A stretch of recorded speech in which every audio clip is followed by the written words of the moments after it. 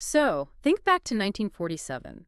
When the United Nations proposed the partition plan for Palestine, India actually voted against it. Right, they essentially voted against the creation of the State of Israel. Exactly. But you fast forward to today, and Israel is the second largest supplier of advanced weaponry to India. They are, literally binding their homeland security apparatuses together.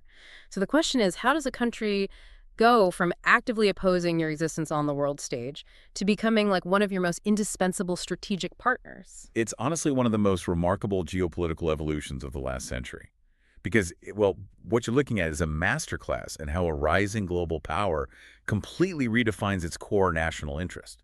I mean, it's about moving from this strict ideological solidarity to a ruthlessly pragmatic balancing act. And that balancing act is exactly what we are unpacking for you today.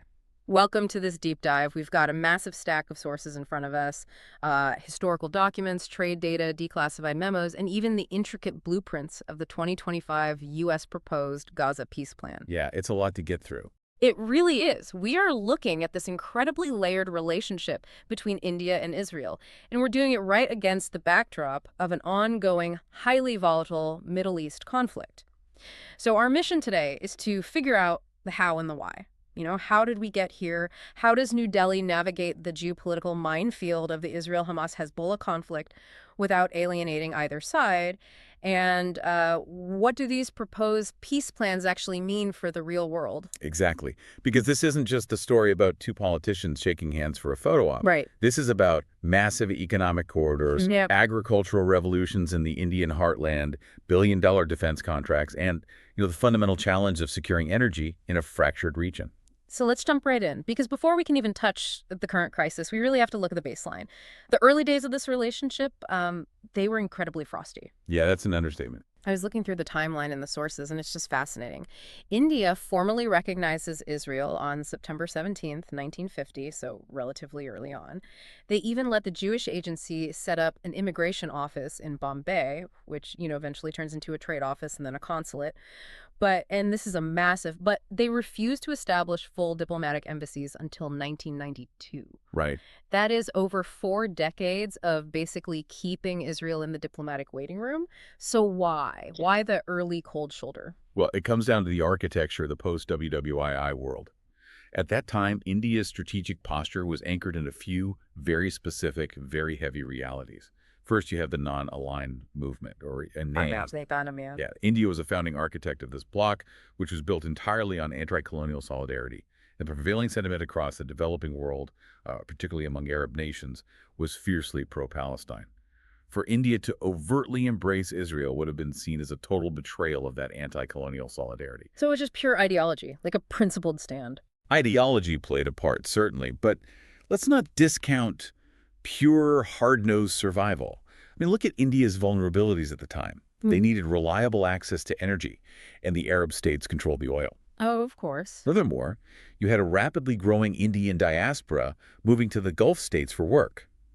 Remittances from those workers were becoming like a crucial part of the Indian economy. India simply could not afford to antagonize the Arab world, and politically, domestically, India has a significant Muslim population. Right, so the domestic impact is huge there. Exactly. The foreign policy establishment felt that a strong pro-Arab stance was necessary for both domestic harmony and international leverage, particularly in countering Pakistan's influence in the Middle East. I see. It's almost like being in a highly polarized social circle. You might quietly respect someone across the room. You might even do a little quiet business with them in a back office in Bombay, but you absolutely cannot be seen having a drink with them in public. Yeah, because your oldest friends will cut you off. Exactly, because your oldest, wealthiest friends who you rely on to pay your rent essentially will immediately drop you. That is exactly the dynamic. The strategic logic dictated keeping Israel at arm's length officially, while maintaining just enough contact to keep the door slightly cracked open. But that entire architecture, that polarized social circle, to use your analogy, it completely collapsed in the early 1990s. Right, the trigger event, 1992, the Cold War ends. The Soviet Union, which had been India's primary strategic and military backer, just dissolves. Suddenly, the compass is spinning, and Prime Minister Narasimha Rao makes this incredibly bold, arguably risky move. A very risky move. He establishes full diplomatic relations and opens an embassy with Israel. It was a massive pivot. The end of the Cold War fundamentally altered the global system. The bipolar world was gone, and, India was facing a severe economic crisis at the exact same time. The old ideological frameworks weren't going to put food on the table or secure the borders. Right, ideology doesn't pay the bills. Exactly. This was a shift toward absolute pragmatism. India's diplomatic decisions began to be guided explicitly by a modern interpretation of national interest. They realized they desperately needed advanced technology, particularly in agriculture and defense, and Israel was a global hub for both. But wait, didn't the Arab states completely lose their minds over this? India basically did the one thing they promised they wouldn't do. How did India survive the blowback? Well, this is where the nuance is really critical. India didn't abandon Palestine. They managed a dual-track policy. They maintained their rhetorical and diplomatic support for the Palestinian cause at the UN, while simultaneously and, somewhat quietly building bilateral ties with Israel. Ah, playing both sides. Yes, and the global context had changed too. The 1991 Madrid Peace Conference had just happened. The Oslo Accords were right around the corner in 1993. The Arab world itself was beginning to negotiate with Israel. So India basically looked at the board and said, if the PLO and Arab states are talking to Israel, why should we be the ones holding out to our own detriment? Okay, so the doors opened in 1992. But it takes another 25 years for this relationship to actually step into the daylight. And the sources highlight 2017 as the ultimate climax of this early diplomatic journey. Oh, absolutely. July 2017. Prime Minister Narendra Modi makes a historic visit to Israel for the 25th anniversary of diplomatic ties. And this is just wild to think about. It was the first ever visit by an Indian prime minister to Israel. It was profoundly symbolic because for decades, the relationship had been kept somewhat in the closet, so to speak. Defense deals were signed, but they weren't heavily publicized. Modi's visit fundamentally changed the optics. It was a dehyphenation of India's Middle East policy. What do you mean by dehyphenation? So, for the longest time, an Indian official couldn't visit Israel without also visiting the Palestinian territories on the exact same trip, just to maintain the appearance of perfect balance. But Modi visited Israel, solely Israel, on that trip. He and Prime Minister Benjamin Netanyahu were photographed walking barefoot on the beach. Oh, wow, I remember those photos. Right. It was a deliberate, highly publicized statement that the relationship was now out in the open and totally unapologetic. And it officially elevated relations to a strategic partnership, which was quickly followed by reciprocal momentum. Because in January 2018, Israeli Prime Minister Benjamin Netanyahu visits New Delhi.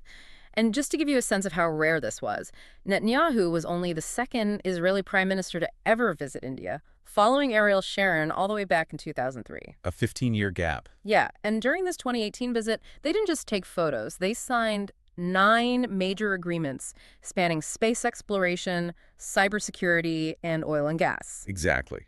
The foundation had been laid quietly for decades, but 2017 and 2018 were the years the architecture was really built on top of it. They also established a strategic partnership in water and agriculture and set up the I4F, which is the India-Israel Industrial R&D and Innovation Fund. Which institutionalized the relationship. Yes. It moved it from a series of ad hoc deals to a structural alliance. You can see the institutional relationship solidifying there. Okay, so the politicians have finally shaken hands in public. The optics are great.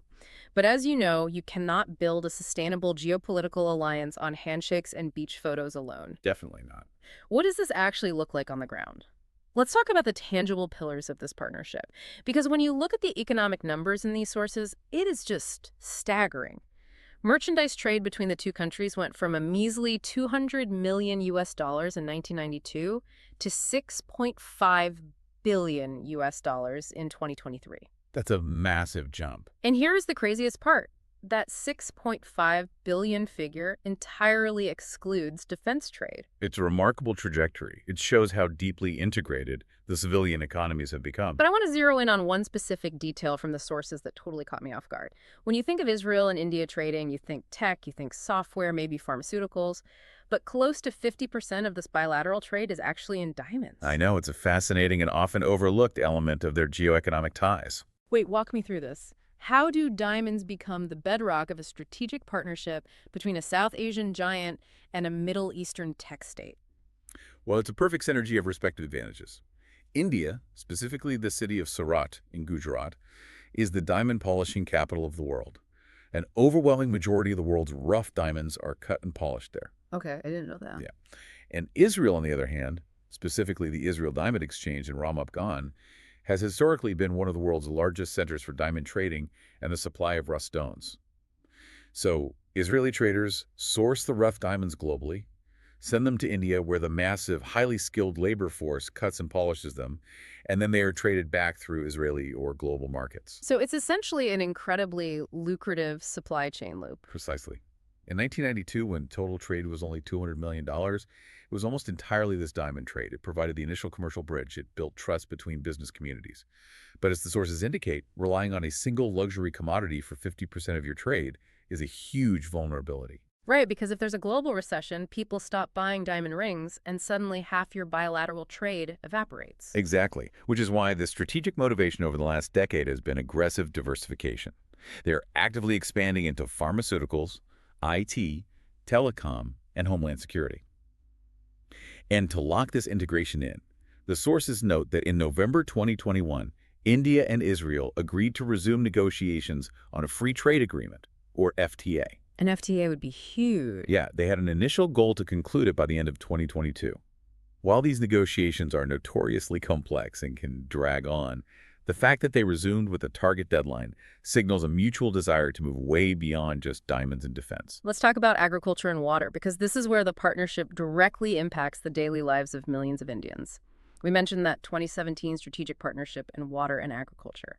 Now, Israel is essentially a desert nation that managed to make its land bloom through intense technological innovation. And India is an agricultural giant that struggles with massive water scarcity and inefficiencies. It's a match made in heaven. The sources specifically highlight states like Haryana and Maharashtra being totally transformed by Israeli tech. The implementation here is profound. When we talk about geoeconomics, we usually think of high finance. But in this context, geoeconomics is directly serving India's domestic security, specifically food and water security. India faces immense challenges with groundwater depletion and erratic monsoons. Israeli agricultural tech, particularly micro-irrigation and drip irrigation, fundamentally alters the math of farming in dry regions. For those who might not know, drip irrigation isn't just a sprinkler system, right? What is the actual mechanism that makes it so revolutionary? Right, so traditional flood irrigation, which is common in India, wastes a tremendous amount of water through evaporation and runoff. Drip irrigation, which was pioneered heavily by Israel, involves a network of valves, pipes, and tubing that drifts water slowly and directly into the root zone of the specific plant. Oh, so it's super targeted. Exactly. It minimizes evaporation, reduces fertilizer runoff, and can increase crop yield significantly while using a fraction of the water. And the sources also mention high milk yield dairy farming. Yes, Israel has some of the highest milk yields per cow in the world. And that's largely due to advanced computerized herd management, climate control in barns, and optimized genetics and feed. Wow. So by transferring this expertise to states like Maharashtra and Haryana, they are directly contributing to the economic upliftment of Indian farmers. It aligns perfectly with India's domestic goal of Atmanirbhar Bharat, or self-reliance. Because if you can secure your own food and water supply through advanced tech, you are way less vulnerable to global supply shocks. Okay, so we've got the economy, we've got the farms. Now we have to look at the heavyweight pillar, the one that gets all the headlines. Defense and security. The statistics here are intense. India is the absolute largest buyer of military equipment from Israel. Conversely, Israel is the second largest supplier of military equipment to India, trailing only behind Russia. Just to put a number on it, between the years 1999 and 2009 alone, military business between the two was around $9 billion US. And the sources make it clear that has grown manifold since. It has. But I have to push back on you here for a second. Please do. You keep calling this a strategic partnership, but when I look at these defense numbers, India has the cash, and Israel makes incredibly good drones, missiles, and radar. If France or the US or the UK swooped in tomorrow and offered India better tech at a 20% discount, India would drop Israel in a heartbeat, wouldn't they? I mean, is this actually a deep partnership, or is this just a highly lucrative, entirely transactional vendor contract? I completely understand why you would view it through that transactional lens. When you just look at the procurement of hardware buying a drone or a missile defense system, it looks like a simple buyer-seller dynamic.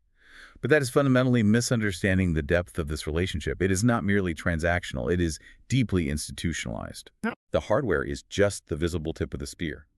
The real partnership is the software, the intelligence, and the legal binding of their security apparatuses. Okay, unpack that for me. What does that actually mean on the ground? Look at the agreement signed in February 2014. The sources detail three critical pacts: mutual legal assistance in criminal matters, cooperation in homeland and public security, and protection of classified material. So not just buying weapons. Exactly. This isn't about buying a tank. This is about legally allowing their intelligence and internal security agencies to share highly sensitive data, track transnational criminal networks, and jointly combat terrorism. So they are actively sharing the playbook, not just selling the gear. Precisely. Under that 2014 Homeland Security Agreement, they didn't just sign a paper and walk away. They established four specific ongoing working groups. And look at what these groups focus on: border management, internal security and public safety, police modernization for combating crime, and crime prevention, and cybercrime. These groups meet regularly in both New Delhi and Jerusalem. That is fascinating. Take border management, for example. Both countries have incredibly fraught, highly contested borders with hostile neighbors. India with Pakistan and China, and Israel with Lebanon, Syria, and Gaza. You hit the nail on the head. They're facing structurally similar threat matrices. No.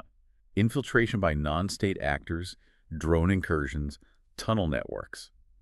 When India wants to secure the line of control in Kashmir, they aren't just buying Israeli sensors. They're consulting with the Israeli military on the doctrine of electronic border fencing. Oh, wow. They conduct joint military training. They share vital, real-time intelligence on terrorist groups. A vendor sells you a security camera. A strategic partner analyzes the footage with you to identify a shared threat. That makes perfect sense. And just to round out this partnership before we get into the really heavy geopolitical crisis, the sources do highlight collaborative efforts outside of just guns and agriculture. Both nations joined the International Solar Alliance, which is a global initiative started by India to promote solar energy. They also set up mutual assistance corridors during the COVID-19 pandemic, sharing medical equipment and research. It shows a multifaceted alliance. But here is where the story takes a massive turn. We pivot now to the present day. We have established this incredibly lucrative, deeply institutionalized relationship. India relies on Israel for cutting-edge security and agricultural tech. But how does India protect this relationship when the Middle East catches fire? Yeah, this is the ultimate diplomatic stress test. What you're describing is the core geopolitical split India is currently navigating. The sources point directly to the ongoing Israel-Hamas-Hezbollah conflict, which has, of course, been further complicated by the entry of Iran into the direct fray. This hasn't just been a regional skirmish. It is a sprawling multi-front war that has forced India into an incredibly precarious position. According to the documents, India initially expressed very strong immediate support for Israel right when Hamas initiated the conflict. But now, 2 years later, India is walking a razor-thin tightrope. Why the shift in tone? Well, because the initial reaction was based on the immediate shock of a terror attack, which India, given its own history, is instinctively empathetic toward. But as the conflict evolved into a protracted, devastating regional war, India's broader strategic imperatives kicked in. They realize they cannot afford to view this purely through the lens of their bilateral relationship with Israel. The root cause of India's stress here is that they have massive vital interests on both sides of this conflict. Which is why the sources are very careful to note that India's official stance hasn't actually changed, despite the warming ties with Israel. Correct. Officially, India's policy on the core issue Palestine remains entirely consistent. They advocate for a two-state solution, with Israel and a sovereign Palestinian state living side by side as good neighbors in peace. And that's not a new policy, right? The sources link this back to the 1991 U.S.-mediated Madrid Peace Conference. Exactly. Yeah. India has supported the framework established at Madrid for decades, and they go out of their way to visually demonstrate this balance. You'll remember we discussed Prime Minister Modi's historic first-ever visit to Israel in 2017. Right. Well, in 2018, just a few months later, Modi made a historic visit to Ramallah in the West Bank to meet with the Palestinian leadership. You visit Tel Aviv, you visit Ramallah. It is the ultimate visual representation of trying to keep the scales perfectly balanced. But let's get into the mechanics of why those scales are currently tipping wildly. Because the sources outline 4 major diplomatic challenges that are currently giving India's foreign policymakers absolute nightmares. Yeah, this is where we see the brutal collision of conflicting strategic objectives. Let's break them down. Challenge number 1, deepening relations with Arab countries. Over the last decade, while India was getting closer to Israel, they were simultaneously building incredibly robust, vital partnerships with Gulf nations, particularly Saudi Arabia and the United Arab Emirates. And that's primarily about energy, right? Energy security is the bedrock, yes. India imports an overwhelming majority of its oil, and the Gulf is the primary source. But it's also about massive capital investments. The UAE and Saudi Arabia are sovereign wealth heavyweights, and India is actively courting their capital to build domestic infrastructure. India cannot afford a diplomatic rupture with Riyadh or Abu Dhabi over its support for Israel. Makes sense. Challenge number 2 is a direct casualty of the conflict. The India-Middle East Economic Corridor, or IME. Okay, we need to pause on the IMEC for a second because I feel like this gets thrown around in the news a lot, but people don't fully grasp what it is. It sounds like a generic trade route, but it's much bigger than that, isn't it? It is a massive, future-oriented geostrategic project. Think of it as a multimodal connectivity corridor. The vision is to link India, the Middle East, and Europe. Goods would leave Indian ports on ships, arrive in the UAE, get loaded onto a massive new railway network stretching across Saudi Arabia and Jordan, arrive at the Israeli port of Haifa on the Mediterranean, and then ship directly to Greece and the rest of Europe. Oh, wow. It's essentially a bypass surgery for the Suez Canal. That is a brilliant way to put it. It reduces transit times, bypasses maritime choke points, and deeply integrates these three economic hubs.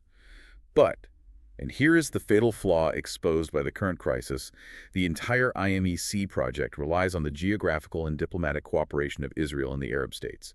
It requires them to be at peace, or at least in a normalized working relationship. With the region at war, the IMEC is completely stalled. It risks total stagnation. Which brings us to challenge number 3, the I2U2 Forum. Right. I2U2 stands for India, Israel, the UAE, and the US. It was informally dubbed the West Asian Quad. It was formed just a few years ago when relations between Israel and the UAE were normalizing under the Abraham Accords. The idea was to combine US and UAE capital with Israeli and Indian technology to tackle global challenges in water, energy, and food security. A supergroup of capital and tech, but I'm guessing that band is breaking up right now. It's certainly facing severe hurdles. As regional tensions skyrocket and the civilian death toll mounts in the conflict, Arab countries are facing intense domestic pressure. They're being forced to reassess, or at least publicly downplay, their alliances with Israel. A forum like I2U2 becomes politically toxic for the UAE to participate in right now. Which perfectly mirrors challenge number 4, India's own domestic and UN pressure. You just mentioned the UAE facing domestic pressure. India faces it too. There are growing calls within India for a more balanced approach, demanding accountability for the humanitarian crisis in Gaza. We see this reflected at the United Nations. India has started abstaining from UN votes that condemn Israel's actions, trying to thread the needle. And that abstention is the physical manifestation of the tightrope. If they vote to condemn Israel, they anger their most vital defense and counterterrorism partner. If they vote to protect Israel, they anger the Arab states supplying their oil and risk domestic unrest. So they abstain. It's a classic strategy of strategic ambiguity. But hold on, let's play devil's advocate here. How sustainable is this neutral balancer act? I mean, you need Arab oil and capital. You need Israeli tech and weapons. And you need the transport corridors that run right through both of them to connect you to global supply chains. At a certain point, when the missiles are flying, abstaining from a UN vote doesn't keep the oil flowing or the railways built. You are hitting on the exact limit of strategic autonomy. It works brilliantly in peacetime. In wartime, neutrality has a very real economic cost. Which brings us perfectly to the next phase of our deep dive. Let's translate these high-level diplomatic headaches into real-world impacts. What happens to the wallet and the supply chain for you and me, or the average person in India? Well, the economic shockwaves are immediate, and they are stark. As we discussed, the Middle East is India's primary source of oil and gas. The moment this conflict escalated, especially with the involvement of Iran and the disruptions in the Red Sea, we saw an immediate increase in global energy input prices. Right, because risk equals cost. Even if a tanker isn't hit, the insurance premium to sail it through a conflict zone skyrockets. Exactly. And when the price of oil goes up, everything goes up. It directly fuels domestic inflation within India.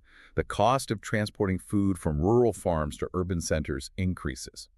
This puts immense pressure on India's fiscal balance. Hmm. The government often has to step in with subsidies to absorb the shock and prevent civil unrest over food and fuel prices, which, drains national reserves. And it isn't just the cost of fuel, it is the physical logistics of moving anything anywhere. The sources highlight that because of the conflict, particularly the attacks on shipping in the Red Sea, vessels are being forced to reroute all the way around the Cape of Good Hope in Africa. That adds weeks to the transit time. So you have increased insurance costs, wildly inflated shipping rates, much longer transit times, and a general blanket of uncertainty over global trade.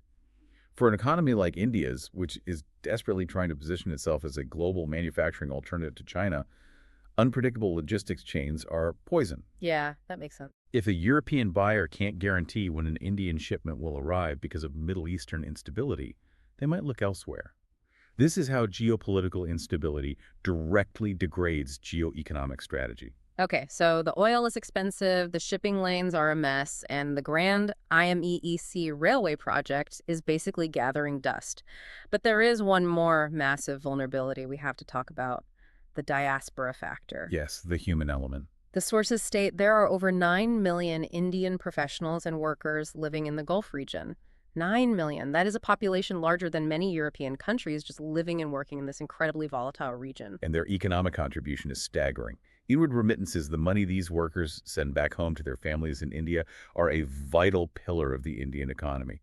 We are talking tens of billions of dollars annually. It supports entire states in India, like Kerala. If a wider regional war breaks out and those 9 million people have to be evacuated, or even if they just lose their jobs, the economic shock to India would be catastrophic. Absolutely. The logistics of evacuating 9 million people would be an unprecedented nightmare. But the long-term loss of those remittances would be a generational economic blow. However, the sources do offer a surprising point of relief here. Right. The documents note that despite the chaos of the last 2 years, this confrontation has currently caused only minor imbalances in the demand for Indian labor. Why is that? With everything on fire, why are 9 million Indians still securely employed in the Gulf? Because the core economies of the Gulf states, Saudi Arabia, the UAE, Qatar, have largely managed to insulate themselves from the physical destruction of the Israel-Hamas-Hezbollah theater. They are continuing their massive infrastructure and modernization projects, which still desperately require Indian engineering and labor. Oh, I see. Furthermore, as some Gulf states try to distance themselves from certain Western labor forces or other regional populations that might be politically sensitive, Indian labor is seen as highly skilled, apolitical, and reliable. So for now, that crucial inward remittance pipeline is protected.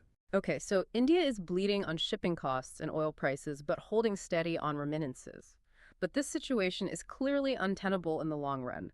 The global economy cannot sustain a permanent war in the Middle East. Which brings us to the final part of our deep dive. What are the actual solutions on the geopolitical table? The sources provided us with the blueprint of the recent U.S. proposal. Let's dissect the anatomy of the 2025 U.S. Gaza peace plan. Yeah, if we look at the institutional and legal dimensions of conflict resolution right now, this plan is the undisputed focal point. It's what every diplomat is currently debating. Let's establish the timeline and the legal weight of this document. On September 29, 2025, President Donald Trump unveiled a 20-point plan, though some of the sources refer to a 21-point variant. The explicitly stated aim was ending the war in the Gaza Strip and establishing a framework for a longer-term settlement. And crucially, this wasn't just a unilateral speech from the White House that vanishes into the ether. On November 17, 2025, the United Nations Security Council formally endorsed it via Resolution 2803. That is a critical detail. UNSC Resolution 2803 gives this plan binding international legal weight. It elevates it from a single nation's proposal to the official mandate of the international community. All right, let's break down the actual mechanics of the plan, because the sources detail 5 highly structured sequential phases. And understanding the sequence is key to seeing why it is simultaneously so ambitious and so incredibly difficult to actually execute. Let's start with phase 1. So phase 1 is the immediate crisis response, cessation of hostilities and hostage release. Once the plan is accepted by both parties, it demands an immediate and total halt to all military operations. Crucially, it mandates that all Israeli hostages held in Gaza, both those alive and the remains of those deceased, are to be returned swiftly. And the timeline is aggressive, within approximately 72 hours of the agreement. That is an incredibly tight window for a chaotic combat zone. But assuming phase 1 miraculously holds, we move to phase 2, which is demilitarization. This is where the structural engineering begins. Phase 2 involves the systematic removal of all offensive weapons and the complete dismantling of the subterranean tunnel infrastructure and militant capabilities attributed to Hamas. But wait, Israel isn't going to trust Hamas to dismantle its own tunnels, and Hamas won't allow the Israeli military to just casually bulldoze Gaza for years. Who actually oversees this? The plan mandates the deployment of an International Stabilization Force, or ISF. This force is meant to manage internal security, secure the borders, and oversee the demilitarization process. Okay, I have to stop you right there. The International Stabilization Force. Let's be real for a second. This sounds great on paper, but who on earth is actually volunteering troops for this? Arab nations have explicitly said they will not send their militaries to police Palestinians on behalf of Israel. Western troops, like the US or UK, would immediately be viewed as occupying forces and targeted by insurgents. Is this ISF just a complete paper tiger? You have correctly identified the most glaring structural flaw in the entire plan. The mechanics of the ISF are incredibly vague. The plan relies on the concept of an international force, but it does not specify the troop contributing nations, the rules of engagement, or who pays for it. Without a credible, robust force willing to take casualties to enforce demilitarization, Phase 2 is practically impossible. But, for the sake of the blueprint, let's assume an ISF is miraculously formed. Fair enough. If the guns are quiet and the ISF is on the ground, we move to Phase 3, the transitional governance structure. Right, because you cannot leave a power vacuum. Phase 3 establishes a completely new entity called the Board of Peace, or BOP. This is a transitional authority made up of international members, likely a mix of regional Arab states, European diplomats, and UN officials. Their mandate is to oversee governance and the initial stages of reconstruction in Gaza for a limited period. But international diplomats can't run the day-to-day logistics of a city. I mean, they can't manage the sanitation department or the hospitals. Exactly, which is why the plan specifies that under the oversight of this International Board of Peace, a Palestinian technocratic committee is to be established. These would be Palestinian professionals, engineers, doctors, administrators who have been vetted and are unaffiliated with militant factions. They run the day-to-day administration while the BOP handles the macro-level oversight and funding. Which flows right into Phase 4, reconstruction, economic, and humanitarian aid. This entails the massive multi-billion-dollar effort to rebuild the Gaza Strip. We are talking about entirely replacing housing stock, rebuilding vital infrastructure like water desalination plants and power grids, and establishing long-term humanitarian corridors to revitalize the economy. And then we reach the final step, Phase 5. This is the political horizon. The sources call it the pathway to Palestinian self-determination. But there is a very heavy caveat attached to this. The plan states explicitly that immediate recognition of a Palestinian state is not automatic. This is the most politically sensitive aspect of the 2025 plan. It provides a credible pathway to a Palestinian state, but it's a highly conditional pathway. It states that only once rigorous governance reforms are implemented by the Technocratic Committee, only once reconstruction is sufficiently advanced, and only once Israel's security is absolutely assured through demilitarization may a sovereign Palestinian state become viable. So we have the blueprint. The legal weight is undeniable with UNSC Resolution 2803. It's comprehensive. It tries to integrate security, civilian governance, massive economic reconstruction, and an eventual political horizon into one single framework. It even creates new institutions like the Board of Peace and the ISF to manage it. But reading through the sources, the obstacles just seem insurmountable. The implementation challenges are staggering. The documents highlight 3 critical hurdles that are currently stalling the entire apparatus. First, the obvious. Hamas has outright rejected the plan. They view demilitarization and an international transitional government as a surrender of their control. Second, Israel has voiced significant deep-seated reservations, particularly regarding Phase 5. The Israeli political establishment is intensely skeptical of any pathway to Palestinian statehood, conditional or not, fearing it will eventually lead to a renewed security threat. So the two primary combatants don't even agree on the premise? Right. And the third hurdle, as you pointed out earlier with the ISF, is the sheer vagueness of the mechanics. Even if both sides agree tomorrow, the international community has not figured out who contributes the troops, what their exact mandate is when they get shot at, who provides the hundreds of billions of dollars required for Phase 4 reconstruction, and how a technocratic committee can actually govern a traumatized population without political legitimacy. It's basically a beautifully designed architectural model of a house, but nobody wants to pay for the bricks, and the ground it's supposed to be built on is still on fire. That is a very apt, if tragic, summary of the 2025 Gaza peace plan. We have covered massive ground today. To step back and look at the trajectory we've traced. We started with India in 1950, viewing Israel with intense suspicion, keeping them at arm's length in a small immigration office in Bombay just to appease the non-aligned movement and secure Arab oil. Right.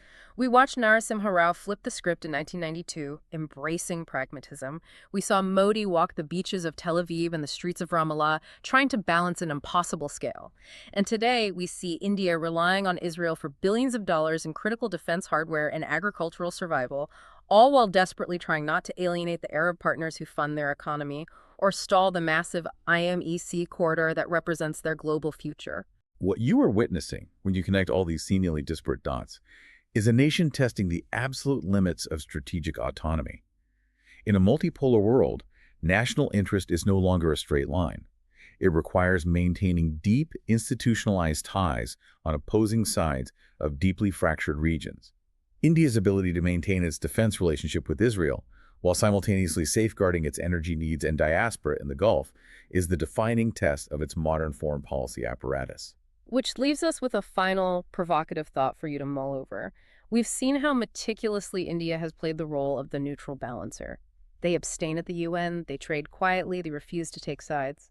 But if India's grand economic future, specifically the realization of massive projects like the India-Middle East Economic Corridor, relies entirely on Israel and the Arab world actually normalizing relations and maintaining peace, how long can India simply watch from the sidelines? At what point do these intense domestic economic pressures force India to step out of its comfortable neutral zone and take on a more active, highly risky, mediatory role in the Middle East? That is the defining question for the next decade. Because neutrality is easy when trade is flowing. It becomes impossibly expensive when the corridors are blocked. Thank you for joining us on this deep dive. The geopolitical map is always changing, but understanding the underlying forces is how you stay ahead of the curve. Keep questioning the consensus, and we'll see you next time.